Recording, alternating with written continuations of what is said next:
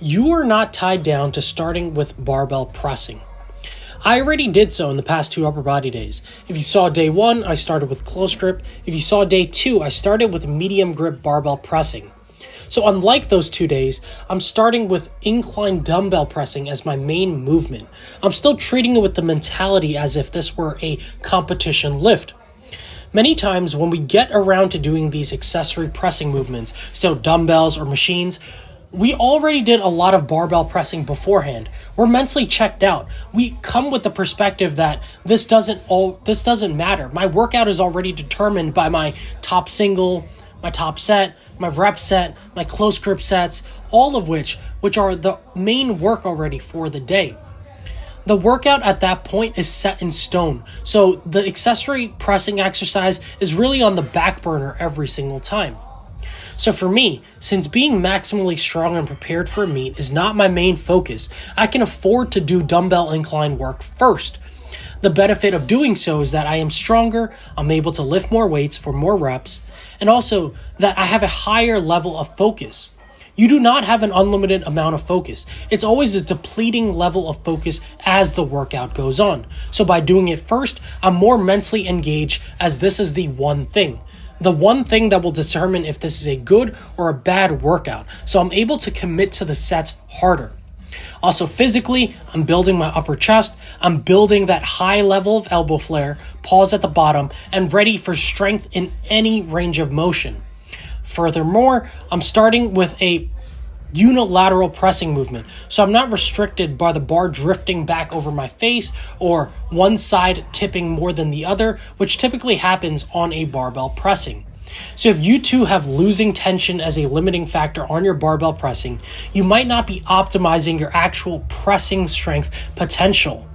Try using dumbbells, try using machines to really make the most out of your pressing potential, but of course, try to actively fix why you are losing tension on the barbell. Then I moved on to a couple set of weighted dips.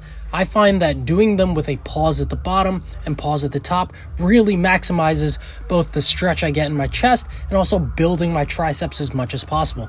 I can move so much more weight if I just do them without holding at the bottom or at the top, but I don't really feel that's an effective hypertrophy method. I feel like that's kind of just moving weight to move weight on the dips, which is not exactly my goal. Speaking of moving weight, I did so on these hammer strength shoulder press. So I already did this movement on day 1, but on this day, I'm doing it significantly heavier. I'm doing 115 pounds for a set of 11, followed by 70 pounds, then 45 pounds in a drop set type of manner. So I'm getting a lot of shoulder work in relatively short amount of time. Also, if you think about it, 115 pounds on each side is very significant. There's no way I'm moving 115 pound dumbbells for shoulder press for reps. I'm not doing 230 pounds on overhead press for reps. So having a movement like a machine-based press really allows you to isolate and press without stability being an issue, without the bar dropping on your head being an issue, and that is the benefit of using something like a machine-based pressing. I would equate this to the leg press and barbell squatting, for example. Then the way that I vary it from week to week is that one week I'm doing this heavier top set, drop set, back off type of style.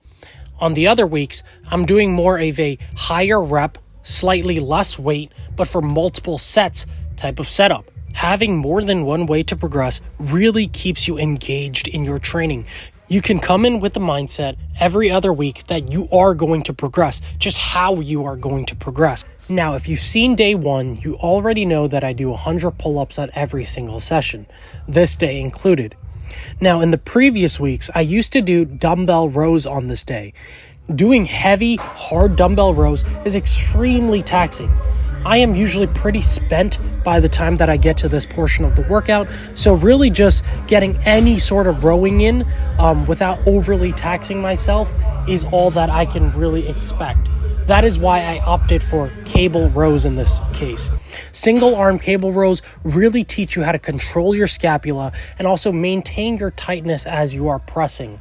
I find this to be a really good warm up, but also a decent way to get some rowing work in without overly fatiguing my lower back and just full body. Lastly, I move on to these neutral grip push-ups.